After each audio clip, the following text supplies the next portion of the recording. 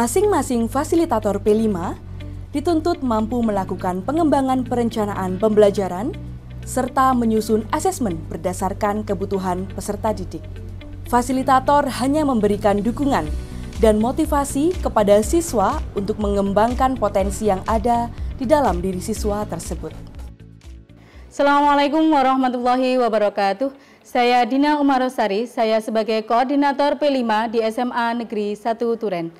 Di sini saya akan menyampaikan perencanaan pembelajaran dan asesmen dan perencanaan proyek penguatan profil pelajar Pancasila.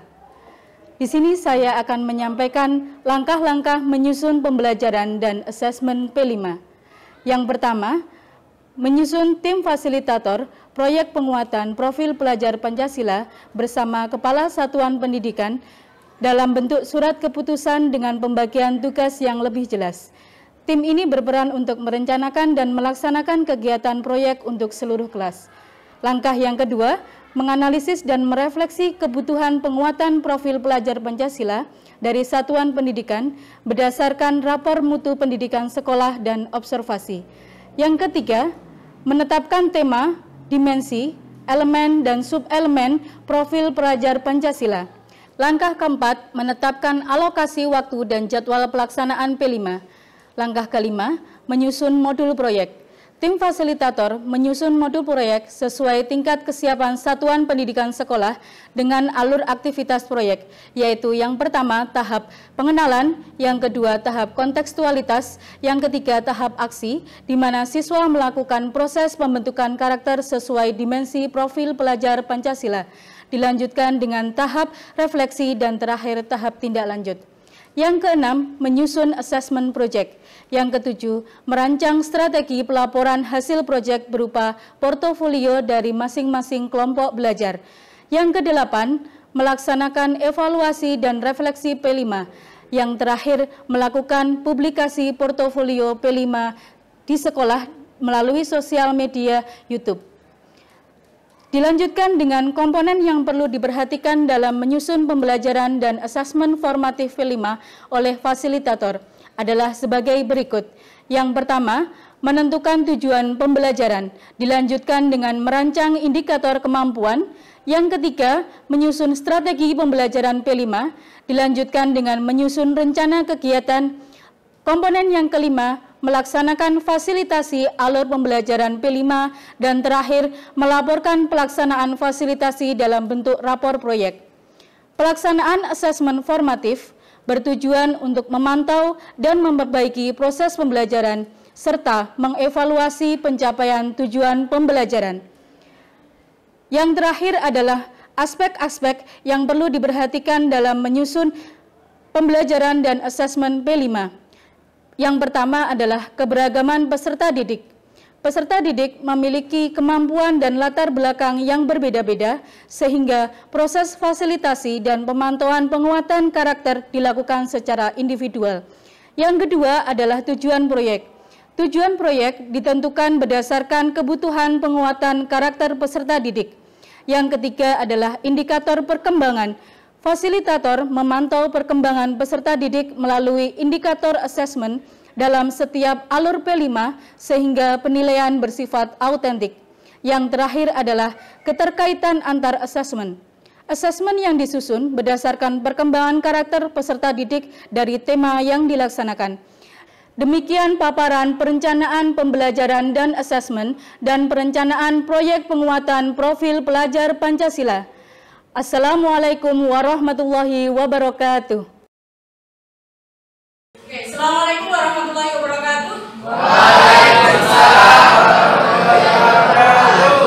Gimana kabar kalian hari ini? Baik. Oke, di pertemuan sebelumnya kalian sudah memahami tentang P5 yang akan dilaksanakan di sesi 2 ini. Temanya apa? Kearifan lokal. Kebetulan subtema yang akan diambil adalah Madura. Oke. Kemarin kalian sudah memahami bahwa kearifan lokal di situ adalah tujuannya supaya kalian memahami beberapa budaya yang ada khususnya di Jawa Timur. Kebetulan kalian adalah memilih untuk Madura, ya. Berarti kalian akan mengupas tentang apa saja budaya-budaya yang ada di Madura.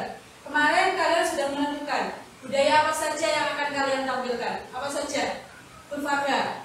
Mulai dari drama, Ya. kuliner, Kuliner. dari istiadat sampai tariannya. Ada tariannya, ada drama, ada kulinernya, yang terakhir Ada istiadat sama pakaian. pakaian, ada istiadat dan pakaian. Oke. Dari situ, kira-kira apa yang sudah kalian dapatkan dari tarian di Madura? Kemarin siapa yang dapat tari?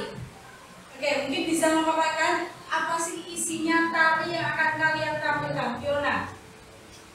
Pembukaan yang dilakukan untuk ritual suatu pembukaan acara. Oke, itu dari sisi tarinya. Kemarin yang paham tentang cerita dari Madura yang akan diambil tentang apa?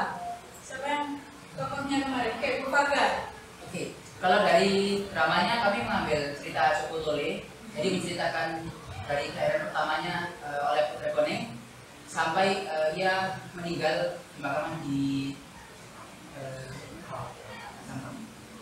Oke, jadi kemarin kalian sudah memahami alur cerita dari apa yang akan kalian tampilkan dari tari dan juga akan diselingi dari drama juga.